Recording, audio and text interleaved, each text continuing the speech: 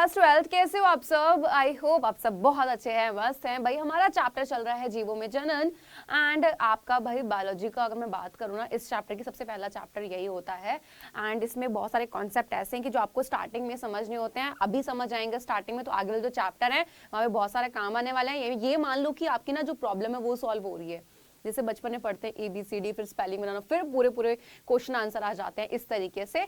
तो ये जो है ना आपका चैप्टर, याद रखना हम चैप्टर को एक सीरीज में ही पढ़ेंगे। क्यों? क्योंकि एक चैप्टर जो होता है वो दूसरे से रिलेटेड होता है, क्योंकि आप कुछ चीजें यहाँ समझोगे वो आपको आगे आ जाएंगी वर्ड्स, तो आपको ज्यादा क्लियर होंगी चीजें।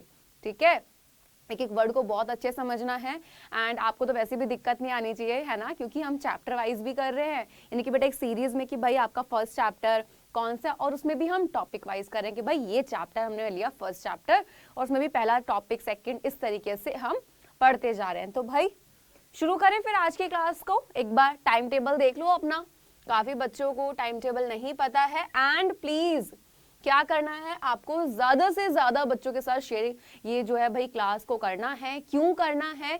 क्योंकि भाई बच्चों को ताकि क्लासेस मिल पाए। देखो दूसरों की हमेशा हेल्प करनी चाहिए, हमारा यही मकसद होना चाहिए कि भाई दूसरों की कितनी हेल्प कर सके, भगवान आपकी कहीं ना कहीं मदद बिल्कुल करते हैं। तो आप बस इतना करो कि जितना हेल्प हो सके दूसरे की करो एंड क्लास को बेटा ज्यादातर बच्चों तक पहुंचाओ। जो बच्चे कोचिंग नहीं ले पाते हैं उनके लिए बहुत ज्यादा हेल्पफुल होती है ये चीज, है ना। तो क्लास 12 की जो क्लासेस चलती हैं मंडे, वेंसडे एंड फ्राइडे को चलती हैं, ठीक है। एंड इस चीज को डर नहीं लेना है, वापस से बोल रही हूँ। बहुत बच्चे सोचते हैं कि मैम सिलेबस कैसे होगा, बिल्कुल होगा बेटा। एक टॉपिक की वीडियो तुम्हें यहाँ पे मिलेंगी, एग्जाम आएंगे तब भी बढ़ाऊंगे, डोंट वरी, ठीक है। चलो तो भाई हमारा जो टॉपिक चल रहा था लैंगिक जनन चल रहा था, यानी कि वो जनन जहाँ पे दो जीवों की आवश्यकता है। अब यहाँ पे 3 प्रकार की घटनाएं थी, कौन कौन सी थी बेटा? नंबर 1 पे, हाँ जी, लैंगिक जनन में निषेचन पूर्व घटनाएं, क्लियर। सेकंड नंबर पर निषेचन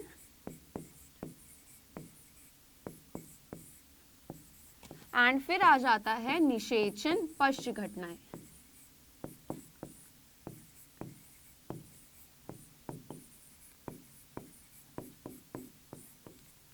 क्लियर है? निषेचन पूर्व जो घटनाएं होती हैं बेटा, कौन सी? कि भाई जब तक युग्मक नहीं मिले हैं उससे पहले कि आप चीजों को यहाँ पे पढ़ते हो। अब ये तो हम पढ़ चुके हैं, सेकंड बारी किसकी आएगी? निषेचन की। एंड ये आपको बहुत इजी तरीके से समझ आ जाएगा, क्योंकि मैंने आपको कभी ना बातों में ना कभी समझाया भी है। ये देखते हैं किसका दिमाग दौड़ता है। तो निषेचन की अगर हम यहाँ पर क्या कर रहे हैं, बात कर रहे हैं, स्टार्ट करें। लास्ट में आएगा निषेचन पश्च घटनाएं, देन आपका लैंगिक जनन हो जाएगा कंप्लीट। ओके चलिए, तो भाई यहाँ पे सबसे पहले है निषेचन। अच्छा, यानी कि इसको इंग्लिश में बोलते हैं फर्टिलाइजेशन। मैं आपसे पूछ रही हूं कि बेटा क्या होता है, बताओ क्या होता है?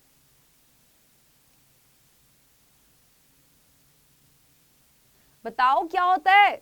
बहुतों को पता है ना, वेरी गुड। देखो निषेचन क्या होता है, सबसे पहले चीज, नर युग्मक तथा मादा युग्मक का, ठीक है, संलयन। तो नर और मादा युग्मक का संलयन हमारा निषेचन कहलाता है।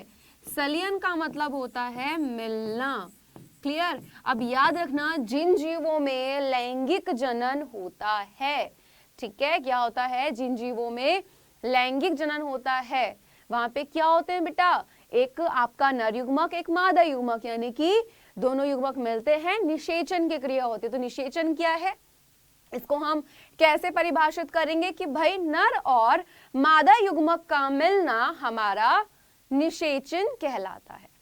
क्लियर? इतनी चीज क्लियर है? जल्दी से, अच्छे से, चलो बहुत सही। अब एक पॉइंट और आ जाता है बेटा। एक पॉइंट होता क्या है, वो पॉइंट क्या है, ध्यान से सुनो। आपने एक वर्ड सुना होगा, अनिषेक जनन, ठीक है। किसी को पता है ये अनिषेक जनन क्या होता है? बेटा यही वर्ड जो होते हैं ना, यही आपको स्ट्रॉन्ग करने की जरूरत है। अगर आपके वर्ड्स का आपको मतलब पता है कि भाई इसका यहाँ पे ये मतलब होता है, तो यार अगर आप लिख रहे हो पैराग्राफ, कहीं वो वर्ड आ गया, आपको समझ आएगा अच्छा भैया ये कहानी थी यहाँ पे, इस वर्ड का तो ये मतलब है। तो अपने जो पॉइंट्स हैं उनको क्लियर करते हुए चलना, हमें कहीं से कहीं तक कुछ छोड़ना ही नहीं है यार। तो अनिषेक जनन क्या होता है? देखो अनिषेक जनन होता है कि भाई जब बिना निषेचन के, क्या होता है? बिना निषेचन के जनन की क्रिया होती है। ठीक है, बिना निषेचन के जनन की क्रिया होती है। अब कैसे? तो बेटा यहाँ पे नर युग्मक मादा युग्मक के पास नहीं आता, और जो मादा युग्मक है, ठीक है, यानी कि भाई वहां पे जो मादा जो जीव है, क्योंकि भाई मादा युग्मक किस में होगा बताओ? अब नर युग्मक मादा युग्मक के पास आए नहीं, निषेचन तो हुआ ही नहीं, ठीक है, लेकिन वो जो मादा थी, वो जो मातृ कोशिका थी जो जनन दे रही थी, उसने बिना निषेचन किए यहाँ पे क्या किया? जनन। तो इस प्रकार का जनन, ठीक है, जिन जीवों में पाया जाता है, और जो ये क्रिया होती है उस क्रिया को हम क्या बोलते हैं? अनिषेक जनन। तो अगर कोई आपसे पूछे कि अनिषेक जनन क्या है, तो आप क्या बोलोगे कि अनिषेक जनन क्या है बच्चा? ये वो क्रिया है जिसमें क्या होता है? आइडिया किसी को? जिसमें बिना निषेचन के बेटा जो जीव है वो क्या हो जाता है? उसका जन्म हो जाता है। तो बिना निषेचन के जनन की क्रिया अनिषेक जनन कहलाई जाती है। क्लियर? और निषेचन में बेटा यहाँ पे सिंपल सा पता है हमें, नर और मादा युग्मक होते हैं। ये मैं आपको पहले भी पॉइंट बता चुकी हूँ। नर युग्मक होता है मेल गैमेट, फीमेल गैमेट जो होता है वो फीमेल में होता है, मादा के शरीर में। क्लियर है? नर युग्मक अब हर किसी में अलग अलग है। फूलों की बात करो वहां पे अलग है ना? मैं अगर बात करूं मनुष्य की, वहां पे अलग है। तो बेसिकली हम पढ़ रहे हैं निषेचन। अब जिसमें भी लैंग्वेज जनन नर, किसी में भाई किसी में नर अलग है, पौधों की बात करें वहां पे अलग हुआ, हर किसी का अलग अलग है। तो यहाँ पे क्या होता है कि नर युग्मक जो होता है बेटा, उसमें होती है गति, यानी कि वो होता है चलायमान, और आता है सीधा मादा युग्मक के पास। जैसे यहां पर अगर हम देखें, ये अंडाणु था, ठीक है, ये मैं आपको पहले ही बता चुकी हूं कैसा होता है, बड़ा होता है और अचल होता है। वहीं पर आपका शुक्राणु आया, कौन? स्पर्म, और आके क्या कर दिया? इसको निषेचित कर दिया। निषेचन के बाद क्या होता है बेटा? जब यहाँ पे नर और मादा युग्मक आपस में मिलते हैं, यानी कि युग्मकों का जब संलयन हो जाता है, संलयन होने के बाद क्या हुआ बेटा? वहां पे निषेचन हो गया। उसके बाद क्या बनता है? यहाँ पे जाइगोट बनता है। ठीक है, अब इसको जाइगोट को डिटेल में तब पढ़ाऊंगी जब मैं निषेचन पश्च घटनाएं पढ़ाऊंगी, क्योंकि अभी हम निषेचन पढ़ रहे हैं। तो निषेचन में क्या हुआ? आपका मादा और नर युग्मक मिला, और याद रखना कि नर युग्मक आके किसको? मादा युग्मक को निषेचित करता है, यानी कि शुक्राणु आकर अंडाणु को निषेचित करता है, ना कि अंडाणु जाता है शुक्राणु के पास। ठीक है, क्योंकि उसमें तो गति नहीं हो रही है, मूवमेंट हो ही नहीं रहा है। क्लियर? चलो निषेचन क्लियर होगी कि फर्टिलाइजेशन होता क्या है। अब यहाँ पर कि भाई आखिर संलयन कहाँ पर होता है ना? अब एक चीज पॉइंट होता है, देखो निषेचन जो है यहाँ पे, है ना बेटा, दो तरीके से आपको मिलेगा जानने के लिए। कहीं लिखा होता है, यानी कि निषेचन की क्रिया दो तरीके से होती है। क्या है कि युग्मक संलयन कहाँ होता है, यानी कि कहाँ पर? तो भाई सिंपल सी बात है, या तो शरीर के अंदर होगा या शरीर के बाहर होगा। तो निषेचन यहाँ पे ध्यान से देखें, आंतरिक निषेचन,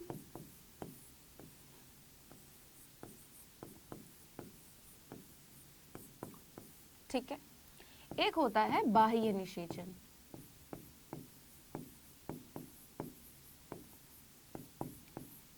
क्लियर? निषेचन वर्ड आपको क्लियर है कि मैम निषेचन तो युग्मकों को मिलना है।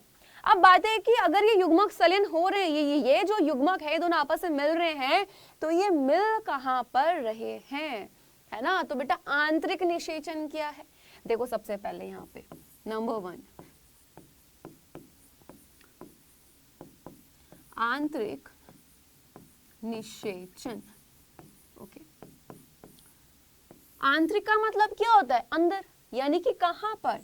जब युग्मक कहां मिलते हैं? शरीर के अंदर, यानी कि युग्मक संलयन तो हुआ है लेकिन कहाँ हुआ है, वो जो जीव था, ठीक है, उसके शरीर के अंदर हुआ है। क्लियर है, कहाँ हुआ है, उसके शरीर के अंदर। जैसे एग्जाम्पल की हम बात करें, मनुष्य, ठीक है बेटा, जो मादा होती है, जो फीमेल होती है, ठीक है, यहाँ पे क्या होता है भाई, शुक्राणु कहाँ है अंडाणु के पास, निषेचन कहाँ हो रहा है, शरीर के अंदर हो रहा है, किसके, मादा में हो रहा है। तो भाई जब युग्मक कहाँ मिल रहे हैं, जीव के शरीर के अंदर मिल रहे हैं, तो इसको हम क्या बोलते हैं, इसको बोला जाता है क्या, आंतरिक निषेचन। यानी कि जब नर और मादा युग्मक शरीर के कहाँ मिलते हैं, अंदर, यानी कि जब युग्मकों का संलयन कहाँ हो, जीव के शरीर के अंदर हो, इस प्रकार के निषेचन की क्रिया को हम लोग क्या बोलते हैं, आंतरिक निषेचन हम कह देते हैं। ठीक है, अब एक वर्ड आता है आपका, कौन सा, बाह्य निषेचन। ठीक, बाह्य का मतलब पता है ना बेटा क्या होता है, बाह्य का मतलब होता है बाहर। क्लियर हो गया होगा, है ना, यही तो पता है भाई, खासियत है अपनी कि भाई एक वर्ड ऐसे क्लियर हो जाता है, सारे टॉपिक्स ऐसे क्लियर हो जाते हैं कि आपको दोबारा पढ़ने की जरूरत ही नहीं बचती है वहां पे। तो बाह्य निषेचन क्या होता है कि जब युग्मकों का संलयन, क्या हो बेटा, जब युग्मकों का संलयन जो है वो कहाँ हो, जीव के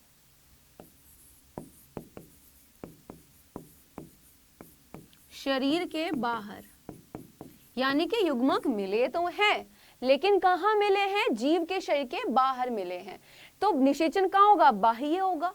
ठीक है, जब युग्मक शरीर के अंदर मिलते हैं, यानी कि जब निषेचन की क्रिया शरीर, जीव के शरीर के अंदर होती है, तो हम उसको बोलते हैं क्या, आंतरिक निषेचन। और जब निषेचन की क्रिया जीव के शरीर से बाहर होती है, यानी कि युग्मक जीव के शरीर से बाहर मिल रहे हैं, तब उसको क्या बोलते हैं, बाह्य निषेचन। अब आप सोचेंगे मैम ये कहाँ होता है, तो बेटा कुछ ऐसे जलीय पौधे होते हैं, ठीक है, कि भाई वो क्या करते हैं, अभी जब वनस्पति जगत पढ़ाऊंगी वहां पे आपको इसका प्रॉपर एग्जांपल मिलेगा, है ना। तो होता क्या है, वहां पे जो वो पौधे होते हैं उनमें जो युग्मक मिलते हैं वो ज्यादातर कहाँ पे, जल में, यानी कि शरीर के बाहर मिल रहे हैं।